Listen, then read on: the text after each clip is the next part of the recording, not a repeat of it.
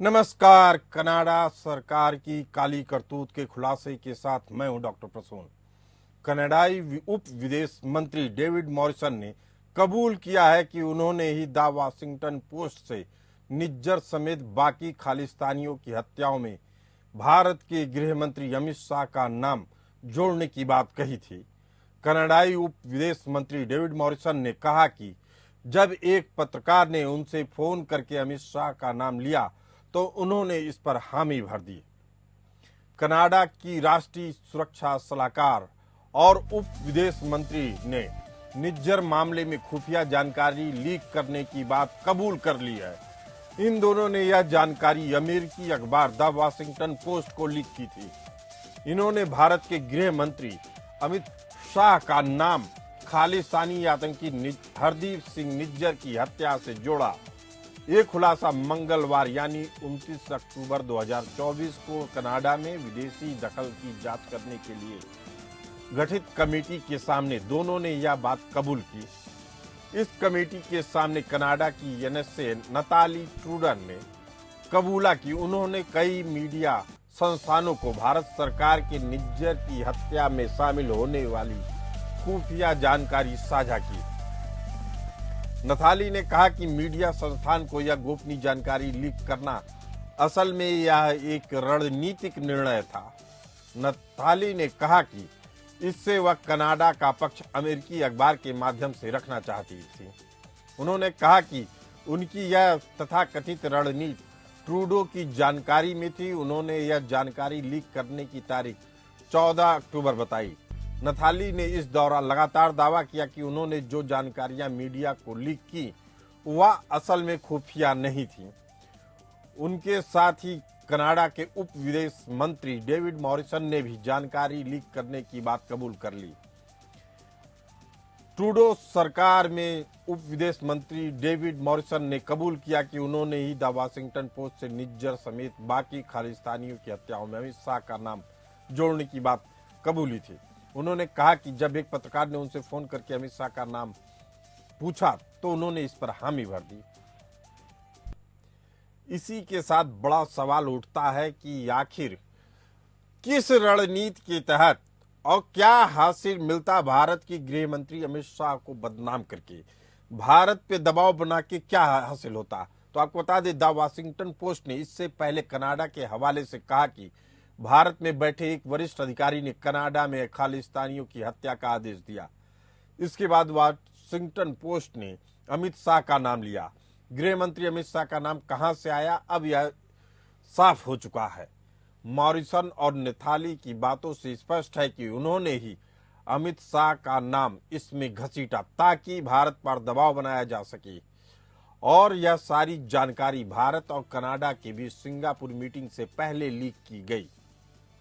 इन दोनों बयानों पर अभी भारतीय विदेश मंत्रालय ने कोई प्रतिक्रिया जारी नहीं की है।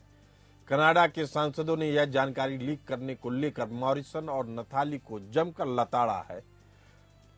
कनाडा सांसदों की कमेटी ने कहा है कि आखिर इन दोनों ने कनाडाई जनता को यह जानकारी देने के बजाय एक विदेशी यानी अमेरिकी अखबार से यह जानकारी साझा की। आपको बता दें कि इससे पहले भी कमेटी के सामने कनाडाई प्रधानमंत्री जस्टिन ट्रूडो ने निज्जर की हत्या में भारत के शामिल होने के संबंध में कोई भी सबूत नहीं होने की बात कही थी। इसके बाद भारत ने ट्रूडो को जमकर लताड़ लगाई थी। इसी मुद्दे पर चर्चा करने के लिए हमारे साथ मौजूद हैं करोड़ी सिंह जी, विदेशी मामलों के जानकार, और Sanjeev Srivastava, geopolitical expert. आप दोनों मेहमानों का बहुत बहुत स्वागत है। करोड़ी सिंह जी, आपने हमारी रिपोर्ट देखी और देखा कि किस तरीके से कनाडा सरकार के जिम्मेदार अधिकारी, जिसमें एक एनएसए शामिल है, एक उप विदेश मंत्री, दोनों ने प्रधानमंत्री जस्टिन ट्रूडो की जानकारी में यह जानकारियां शेयर करते हैं अमेरिकी विदेशी अखबार द वाशिंगटन पोस्ट से। असल में किस तरह का दबाव बनाना चाहते थे और इससे क्या हासिल होता? करोड़ी सिंह जी। कही हैं कि किस तरह का दबाव बनाना चाहते हैं और क्या हासिल करना चाहते हैं। एक तो अपेरेंटली जो दिखाई देता है जी, वो जो कनाडा और भारत के संबंध हैं और निर्जर की हत्या को लेके जो है वो तो विजिबल है, मीडिया में बहुत ज्यादा आ चुका है, उसमें आप और हम डिबेट भी कर चुके हैं। तो एक तो वो इश्यू है, और उसमें अभी जो ये बात सामने आई है, ये हाउस ऑफ कॉमन्स की standing committee on public safety and national security पे हियरिंग था, उसमें ये बातें सामने आई है। और उसमें वहाँ के डिप्टी फॉरेन मिनिस्टर ने एडमिट कर लिया कि मैंने नाम लिया है, पत्रकार ने पूछा, और ये रिपोर्ट वाशिंगटन पोस्ट में भी आ गई, गार्जियन में भी आ गई। लेकिन आपका जो महत्वपूर्ण सवाल है, इंडिया पे इस तरह से क्यों दबाव बनाया जा रहा है? देखिए, इंडिया हमेशा से अपनी स्वायत्त विदेश नीति का अनुसरण करता रहा है, किसी भी सैन्य गुट में शामिल नहीं हुआ है, चाहे सरकार किसी की भी हो, सैन्य गुट से दूर रहा है। अब पश्चिमी देश ये चाहते थे कि इंडो पैसिफिक जो स्ट्रेटेजी है उसके थ्रू कुवैत बनाया, और कुवैत को फिर उन्होंने सैन्य संगठन का रूप देने का प्रयास किया, लेकिन भारत उसके लिए रिलक्टेंट था, सहमत नहीं हुआ। तो फिर उन्होंने ऑकस बनाया, ऑकस के बाद 5 आइज बनाए, और फिर भी अगर भारत तैयार नहीं हुआ तो एस कुवैत बनाया उन्होंने। तो वो भारत को अच्छी तरह समझ गए कि भारत अलाई तो हो सकता है, लेकिन भारत किसी से अलाइन नहीं होगा। अलाई और अलाइन में अंतर है। तो भारत जब अलाइन नहीं होगा तो वो चीन को काउंटर नहीं कर सकते, एशिया में अपना प्रभाव जमा नहीं सकते पश्चिमी देश। तो इसमें केवल कनाडा नहीं है, जो 5 आइज के देश हैं, विशेष रूप से अमेरिका और कनाडा, दोनों की मिलीजुली बात हो सकती है, अकेला कनाडा नहीं है। तो भारत के वाइडर इंटरनेशनल पॉलिटिक्स है, उसमें दबाव बनाने का प्रयास है।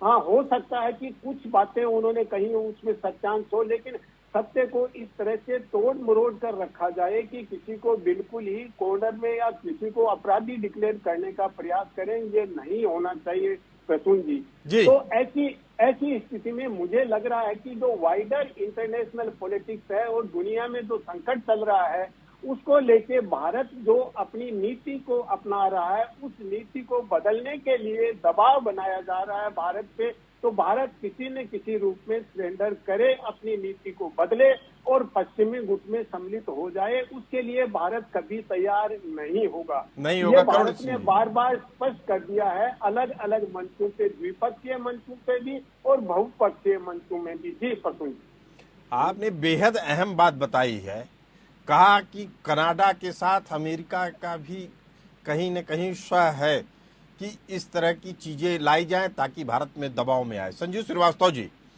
करोड़ी सिंह जी बेहद अहम बात बता रहे हैं, और जो घटनाक्रम उससे भी साफ है कि जो अखबार अपने आप को कहते हैं कि हम निष्पक्ष हैं, कहीं न कहीं अमेरिकी सरकार की नीतियों पे काम करते हुए पर्दे के पीछे से वही काम करते हैं जो अमेरिकी कूटनीतिज्ञ करते हैं, अमेरिकी राजनयिक करते हैं। और ये दोनों का मकसद साफ होता है कि यह भारत के ऊपर दबाव बना के उसको अपना अलाई बनाना चाहते हैं, अलाई के साथ अलाइन करना चाहते हैं।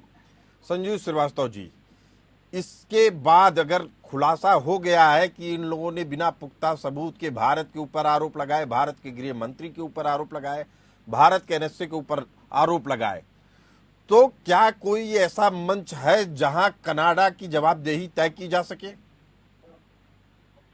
देखिए, कनाडा अपने ब्लंडर्स की वजह से, अपने इस तरीके के भारत विरोधी कृत्यों की वजह से स्वयं में ही एक्सपोज होता जा रहा है।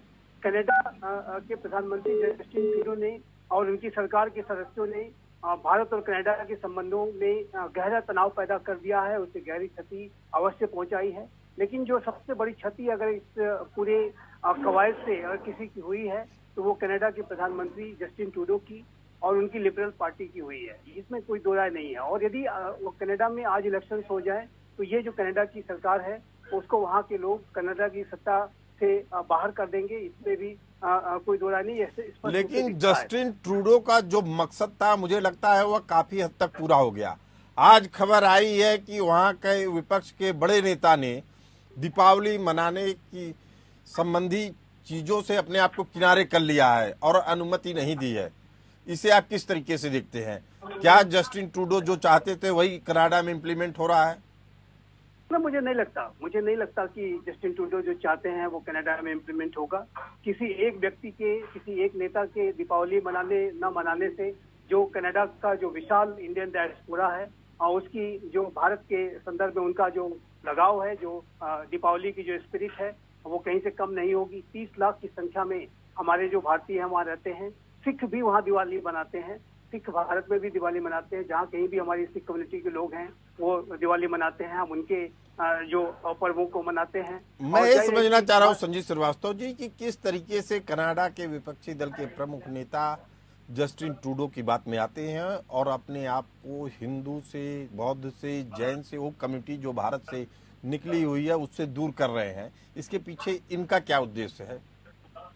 देखिए, उनका जो भी उद्देश्य हो, जाहिर है कि वो उद्देश्य और वो जो सोच है वो उचित नहीं है और ये वोट बैंक की पॉलिटिक्स को साधने की जो कोशिश के तहत ही ऐसा करते हैं। अभी हमने देखा है कि यूनाइटेड स्टेट्स ऑफ अमेरिका के व्हाइट हाउस में प्रेसिडेंट जो बाइडेन ने दिवाली मनाई, कमला हैरिस भी लगातार दिवाली मनाती रही है, डोनाल्ड ट्रंप भी दिवाली मनाते थे। ये जो अंधकार के ऊपर प्रकाश की विजय का पर्व है, अच्छाई के ऊपर अच्छाई की विजय, बुराई के ऊपर विजय का जो पर्व है, इसको पूरी मानवता मनाती है। इसका बहुत महत्व है, मानवता मनाती है, लेकिन जस्टिन ट्रूडो और उनकी सरकार के ऊपर इसका कोई प्रभाव नहीं दिख रहा है। चोर चोरी से जाए, हेरा फेरी से न जाए। जस्टिन ट्रूडो ने अगला स्टेप जो लिया है भारत को बैकफुट पे लाने के लिए, उन्होंने भारतीयों के वीजा पे तमाम तरह के प्रतिबंध लगाने की एक कवायद शुरू कर दी है। इसे लेकर करोड़ी सिंह जी आप कैसे देखते हैं इस प्रक्रिया को? जी देखिए प्रसून जी, इसको हम जैसे मैंने पहले भी कहा 2-3 स्तर पे देख सकते हैं। एक तो भारत कनाडा के संबंध, क्योंकि भारत और कनाडा परंपरागत रूप से बहुत ही अच्छे मित्र रहे हैं, एक दूसरे से सहयोग करते रहे हैं। लेकिन पिछले 1 साल से ज्यादा हो गया कि जिस तरह का खटास दोनों के रिश्तों में आया है, उसको बहाल करने में मुझे लगता है बहुत साल लगेंगे, एकदम से नहीं होगा। ये क्यों हो रहा है? ये इसलिए हो रहा है कि कनाडा की एक तो आंतरिक राजनीति है, जैसे मैंने ये तो साफ है। हमने डिबेट में भी, पिछली डिबेट में भी कहा है कि कनाडा के पीएम जस्टिन ट्रूडो लगातार अपनी साख खोते जा रहे हैं। जनता में जो उनका विश्वास पहले चुनाव से पहले 50% से ऊपर था, अब वो घट के 25% तक आ चुका है। वो अपना जनाधार खो रहे हैं, जिसके कारण से कोई वो कैसा मुद्दा तलाश रहे हैं जिसके जरिए उनकी लोकप्रियता बढ़े। लोकप्रियता तो नहीं बढ़ा पाए अपनी, लेकिन यह तय है कि कहीं न कहीं भारत के खिलाफ एक तरह की मुहिम छेड़ के उन्होंने उन लोगों को भी भारत के खिलाफ किया है जो अपने आप को कनाडाई मूल के मानते हैं। जी करोड़ी सिंह जी, देखिए ऐसा है कि इससे कनाडा को कोई फायदा नहीं हो रहा, देश को फायदा नहीं हो रहा है जी। जस्टिन ट्रूडो ये हो सकता है कि कुछ पॉलिटिकल गेन लेना चाहिए, जो शायद कई बार अनएंटिसिपेटेड कॉन्सिक्वेंसेज हो जाते हैं। हम कुछ कैलकुलेट करके चलते हैं कि इस तरह की गतिविधि करने से ये फायदा होगा, लेकिन नुकसान हो जाता है जिसको हम एंटिसिपेट नहीं कर पाते हैं। तो अब कनाडा को, भारत को भी नुकसान है, कनाडा को भी नुकसान है, क्योंकि भारतीय बहुत ही बड़ी संख्या में हैं जो कनाडा के विकास में योगदान देते हैं। भारतीय विद्यार्थी हैं तो वहाँ की शिक्षण संस्थाओं को चलाने में भारतीय विद्यार्थियों का बहुत बड़ा योगदान है। भारतीय विद्यार्थी बहुत ज्यादा फीस पे करते हैं, जिससे वहाँ की शिक्षण संस्थाएं चल रही हैं।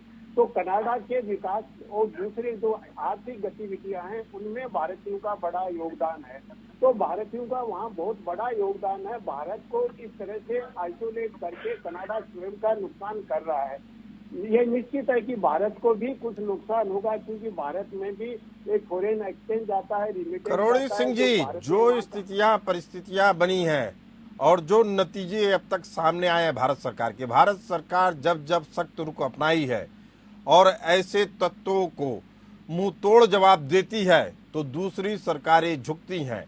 जैसे चाइना, उसको ताकत की भाषा समझ में आती है, हम मानते हैं, तो ऐसी ताकत की भाषा कनाडा जैसे देश को भी समझ में आती है, जो अमेरिका का पिट्ठू बनकर भारत को दबाव में लेने के लिए उसके खिलाफ लगातार साजिशें रचता आया है। और यहाँ की कमजोर सरकारें ऐसी साजिशों का जवाब नहीं दे पाती हैं, जिसके कारण से ही भारत को यह दिन देखने पड़ते हैं। लेकिन अब क्या भारत का सख्त रुख ही इसको बैकफुट पे ले जाएगा कनाडा को? करोड़ी सिंह जी। देखिए प्रसून जी, निश्चित रूप से भारत अपनी पोजीशन ले रहा है और पोजीशन लेने की वजह से अगर भारत शांति और न्याय की तरफ है तो दूसरे को झुकना पड़ेगा। अभी चीन और भारत के बीच में भी जो समझौता हुआ है, चीन भी शायद इसी बात को लेकर समझ गया कि भारत पे दबाव नहीं बनाया जा सकता है और चीन ने शायद ये भी सोचा होगा कि पश्चिमी देश हैं वो भारत पे दबाव बना रहे हैं और दबाव बना रहे हैं तो भारत के साथ अगर चीन थोड़ा सा भी समझौता करेगा तो भारत और ज्यादा असर करेगा और भारत और चीन अगर मिलकर असर करेंगे तो दुनिया का नेतृत्व एशिया के हाथ में होगा। जो ट्रांस एटलांटिक लीडरशिप है दुनिया की, जो सेकेंड वर्ल्ड वॉर के बाद चलती रही है, वो लीडरशिप नहीं होगी। तो चीन भी ये समझता है कि भारत असर कर रहा है, इसलिए भारत और चीन हो सकता है भविष्य में दोनों एक दूसरे के और ज्यादा नजदीक आ जाए अगर पश्चिमी देश भारत पे दबाव बनाएंगे तो निश्चित रूप से भारत असर कर रहा है, ये उसी का ही परिणाम है और उसी की वजह से रशिया भी भारत को, क्योंकि जब रशिया पे सैंक्शन लगाए तो भारत ने कहा कि हम तो हमारी एनर्जी रिक्वायरमेंट के लिए रशिया से व्यापार करेंगे। तो करोड़ी सिंह जी, आपका कहना है कि अगर भारत चाइना की तरफ झुकेगा तो अमेरिका को अपने फैसले पे पुनर्विचार करना होगा। बेहद अहम बात आप कह रहे हैं। संजीव श्रीवास्तव जी, कनाडा सांसदों की कमेटी ने भी मान लिया है कि भारत सरकार के खिलाफ, भारत के खिलाफ साजिशें रची गई। उसमें जस्टिन ट्रूडो भी शामिल थे, एनएस से नथाली भी शामिल थी और मॉरिसन भी शामिल थे जो उप विदेश मंत्री हैं। ऐसे में साफ है कि वहाँ की सांसदों की कमेटी इन साजिशों पे एक के बाद एक करके पर्दा उठा रही है। जनता को सच्चाई मालूम चल रही है, लेकिन क्या यह भी जो चीज फैसले हो रहे हैं, क्या अमेरिका की सहमत से या अमेरिका के दबाव से हो रहा है या इंडिपेंडेंट जांच हो रही है? संजू जी। देखिए, मेरा ऐसा मानना है कि कनाडा की ये जो सरकार का भारत विरोधी जो पूरा उसका रवैया रहा है और अनेक ऐसे उससे ब्लंडर्स किए हैं, वो अपने राजनीतिक स्वार्थों की सिद्धि के लिए उन्होंने किया है। अपने वहाँ पर जो सिख अतिवादी आतंक परस्त जो ताकतें हैं उनको वो अपीच करने की जो कोशिश के तहत ही उन्होंने किया है। अपने अल्पमत की सरकार को बचा के रखने के लिए उन्होंने किया है। और मेरा ऐसा मानना है कि जो भारत और कनाडा के संबंधों में ये जो तनाव आया है, जब वहाँ पर एक पूर्ण बहुमत की जो भी सरकार बन जाएगी तो इस तरीके की जो स्थितियों में बिल्कुल बदलाव आएगा और ये जो संबंध है वो नॉर्मलाइजेशन की तरफ बढ़ेंगे। लेकिन जब तक जस्टिन ट्रूडो की सरकार सत्ता में है, जब तक वो सत्ता से बाहर नहीं होती है, तब तक इस तरीके की जो चुनौतीपूर्ण स्थितियां भारत और कनाडा के संबंधों में बनी रह सकती हैं। और ये कनाडा के मंत्रियों के द्वारा जो ये वाशिंगटन पोस्ट को इस तरह की खबरें लीक करना इत्यादि का जो प्रकरण सामने आया, या उसके पहले हमने डे 1 से देखा कि जस्टिन ट्रूडो ने बिना किसी भारत के संदर्भ में भारत से सरकार से अधिकारियों से बातचीत किए बिना एक प्रॉपर चैनल के तहत वो सीधे कनाडा की पार्लियामेंट में पहुंचते हैं और वहां से अनाउंस कर देते हैं कि भारत इसके लिए जो आरोपी है। तो ये जाहिर है कि उस मुद्दे को वो बढ़ा चढ़ा के पेश करना चाहते थे, इसको एक बड़ा इशू, एक नॉन इशू को एक बड़ा इशू बना देना चाहते थे। संजीव श्रीवास्तव जी, ये काम करने से पहले जस्टिन ट्रूडो ने तमाम लाभ हानि वाले मुद्दे तो तलाशे होंगे कि इससे हानि हो सकता है, इससे या फायदा हो सकता है और यह मुद्दे निकलेंगे। तो इसका मतलब साफ है कि उन्होंने सारी चीजों को कैलकुलेट किया और मान लिया कि भारत सरकार का विरोध करेंगे, अमित शाह का विरोध करेंगे, किसी का भी विरोध करेंगे, उनके ऊपर कोई फर्क नहीं पड़ेगा। इसकी गारंटी कौन दे रहा है उनको, अमेरिका या उन्होंने खुद ही आकलन कर लिया? आपका क्या अनुमान है? देखिए, अमेरिका को मैं इसमें उतना उसका जो रोल है इस पूरे साजिश को रचने में, अमेरिका ने जरूर कनाडा के साथ उसका चूंकि एक अलायंस का रिलेशनशिप है, इसलिए अमेरिका ने, और भारत के साथ भी इसके अच्छे संबंध है, इसलिए अमेरिका ने एक बैलेंसिंग एक्ट करने की कोशिश की है। लेकिन जाहिर है कि कनाडा की सरकार ने न्यू डेमोक्रेटिक पार्टी और जो चंद मुट्ठी भर वहाँ पे खालिस्तान समर्थक अतिवादी आतंकवाद जो ताकतें हैं उनको जो उनका सपोर्ट लेने के लिए उन्होंने ऐसा किया, अपनी सरकार को बचाने के लिए ऐसा किया। लेकिन इस प्रक्रिया में उन्होंने भारत और कनाडा के संबंधों को गहरी क्षति पहुंचाई है। कनाडा की राष्ट्रीय सुरक्षा के हितों नहीं को संजीव गहरी क्षति जी, पहुंचाई है। गहरी छत पहुंचाई है तो साफ है, लेकिन जो अभी उनके विपक्ष के प्रमुख नेता का बयान आया है, जिन्होंने दीपावली की बाइकआउट की बात कही है, यह बड़ा संजीदा विषय है। विषय इसलिए भी संजीदा है कि मान लीजिए ट्रूडो चले जाते हैं, दूसरी पार्टी आती है, उसका भी रुख तो लग रहा है ऐसे ही है। और भारत सरकार का अब तक जो स्टैंड रहा है, उन्होंने कहा है भारत और कनाडा के बीच संबंधों में जो गिरावट आई है उसके लिए केवल ट्रूडो जिम्मेदार है। मुझे लगता है कि अब इस स्टैंड को बदला जाना चाहिए और यह मानना चाहिए कि कनाडा की सरकार में कोई भी रहे, अगर आप आधिकारिक रूप से बयान देते हैं तो उसके लिए पूरे कनाडाई गवर्नमेंट को जिम्मेदार ठहराया जाना चाहिए।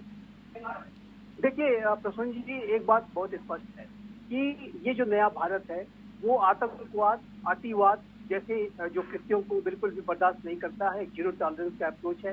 कल को पोलिवेयर वहाँ के प्रधानमंत्री बन जाते हैं, कंजर्वेटिव पार्टी के जो नेता हैं, और यदि वो उसी तरीके का रुख अख्तियार करने की कोशिश करते हैं जिसमें कि अतिवादी आतंकवादी ताकतों को प्रेशर देने का कार्य होगा, तो ऐसे में भारत उनके विरुद्ध भी सख्त से सख्त कदम उठाएगी, कड़ा रुख अपनाएगी, जैसा कि हमने ट्रूडो के संदर्भ में किया है। ट्रूडो के एक्शंस को लेते हुए भारत ने जो एक्शंस लिए हैं वो बड़े ही सख्त कदम थे। और अभी हाल के समय में हमने फिर से उनके 6 राजनयिकों को यहाँ से बहिष्कृत किया है। और यदि इसी तरीके की रुख पे अगली सरकार भी अगर चलती है तो जाहिर है कि वो अपने पेरिल, जिसको कहते हैं कि अपने आत्मघाती वो उनके कदम होंगे, और इससे कनाडा को ही सबसे बड़ा नुकसान होने वाला है। और एक बात मैं अवश्य ऐड करना चाहूंगा, आपने शुरू में इंडो पैसिफिक का जिक्र किया था, प्रोफेसर क्योड़ी सिंह जी ने भी इसका जिक्र किया था। और देखिए, इंडो पैसिफिक रीजन इस पूरे 21वीं सदी का विश्व का सबसे महत्वपूर्ण क्षेत्र है। और इस क्षेत्र में यदि कनाडा को, जिसकी की अपनी एक महत्वाकांक्षाएं हैं, तो यदि अपनी महत्वाकांक्षाओं को इंडो पैसिफिक रीजन में अमली जामा सफलतापूर्वक पहनाना है तो भारत के साथ उसको अपने संबंध बना के रखने होंगे। लेकिन यदि कनाडा की सरकार ने भारत के साथ इसी तरीके के संबंधों को बिगाड़ कर रखने की कवायदें की तो इंडो पैसिफिक रीजन में कनाडा सफल नहीं हो पाएगा। ये बात भी बहुत स्पष्ट है, और इसका कनाडा के राष्ट्रीय हितों और सुरक्षा के हितों पर तो प्रभाव पड़ेगा ही नकारात्मक। संजीव जी, एक प्रॉफिट लॉस वाली जो बात मैंने कही थी, इसका मतलब है कि उन्होंने मान लिया है कि भारत से बहुत ज्यादा लॉस नहीं होना है। करोड़ी सिंह जी, आखिर जब कनाडा की मनोस्थिति ऐसी हो रही है और सरकार ही नहीं, विपक्षी दल के नेता भी कुछ ऐसा स्टेप ले रहे हैं जिसके जरिए यह मैसेज भारत को मिल रहा है कि चीजें बहुत ज्यादा बदलेंगी नहीं अगर सत्ता बदलती भी है तो ऐसे में क्या किसी चैनल के थ्रू वहां के विपक्ष के नेता को एक कड़ा संदेश दिया जाना चाहिए या नहीं दिया जाना चाहिए, या अब तक पास ऑन हो गया कि नहीं हो गया? इस तरह की चीजें तो होनी चाहिए, और मुझे तो लगता है यह खुले मंच पे होनी चाहिए। देखिए प्रसून जी, मैं 2 बातें कहना चाहूंगा। सबसे पहले तो जो हमारे संजीव जी ने कहा कि मीडिया में जो कनाडा के मिनिस्टर ने और कनाडा के अधिकारी ने सूचना दी है, सामान्यतः एक लोकाचार है अंतर्राष्ट्रीय संबंधों में। अगर 2 देशों के रिश्ते अच्छे होते हैं, कुछ सकारात्मक होता है, तो उसको मीडिया में पब्लिसाइज किया जाता है और जाना भी चाहिए। लेकिन 2 देशों में अगर मिसअंडरस्टैंडिंग है या कुछ तनावपूर्ण स्थिति है तो मीडिया में घेरने से परहेज करना चाहिए, कूटनीतिक तरीके से बातचीत करनी चाहिए।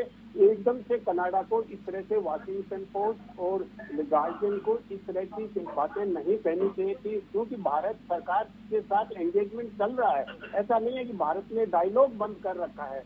तो दूसरा, आपने कहा कि क्या कनाडा के अपोजिशन को मैसेज देना चाहिए। देखिए, डोमेस्टिक पॉलिटिक्स हर देश की अलग अलग होती है, और उसमें बाहर की तरफ से अगर कोई होगा तो उसको कोई भी देश होगा इंटरफेरेंस मान के चलेगा। कि जैसे अभी कनाडा में भी ये कह रहे हैं कि भारत वहाँ की इलेक्टोरल पॉलिटिक्स में भी इंटरफेरेंस कर रहा है, ये भी भारत पे आरोप लग रहा है वहाँ। तो भारत को वहाँ मैसेज नहीं है, वहाँ की इंटरनल पॉलिटिक्स है, इलेक्टोरल पॉलिटिक्स है, वो अपने आप डील करेगी, सेटल होगी। क्योंकि ट्रूडो अगर कोई गलत डिसीजन लेते हैं और उसके एविडेंस नहीं है तो निश्चित रूप से अपोजिशन पार्टी उसके कॉर्नर करेंगी और they will make political capital out of it for their interest. India के इंटरेस्ट में नहीं, उनका अपना इंटरेस्ट है पावर में आने के लिए। तो ये तो स्वाभाविक रूप से एक प्रजातांत्रिक प्रक्रिया में होता है कि अपोजिशन प्रक्रिया में होता है करोड़ी सिंह जी, लेकिन सवाल बस यही है कि अगर ऐसी स्थितियां परिस्थितियां हैं जिसमें लगता है कि विपक्षी दल को कि इन्होंने गलत किया है, जो कि कनाडा सांसदों की कमेटी मानती है, एक के बाद अब कुछ किसी को न कुछ कहना है न सुनना है, सारी सच्चाई सामने आ चुकी है, अमेरिका के सामने भी। सवाल वही मेरा पहला जो सवाल था कि आखिर इनका क्या हित था कि इन्होंने भारत को दबाव में लाने की कोशिश की। जो भारत कनाडा के संबंध है उसमें से उसको देखने से नहीं लगता है कि भारत के ऊपर दबाव बनाकर कनाडा को कुछ हासिल होता है। इसका मतलब साफ है कि अमेरिका के हितों की पूर्ति की जा रही थी, चाहे वह यूक्रेन रसिया वार हो, चाहे चाइना के साथ संबंध हो, एक तरीके से दबाव में लाने की कोशिश की जा रही थी। इसका मकसद नहीं पूरा हुआ और कनाडा बदनाम अलग हो गया।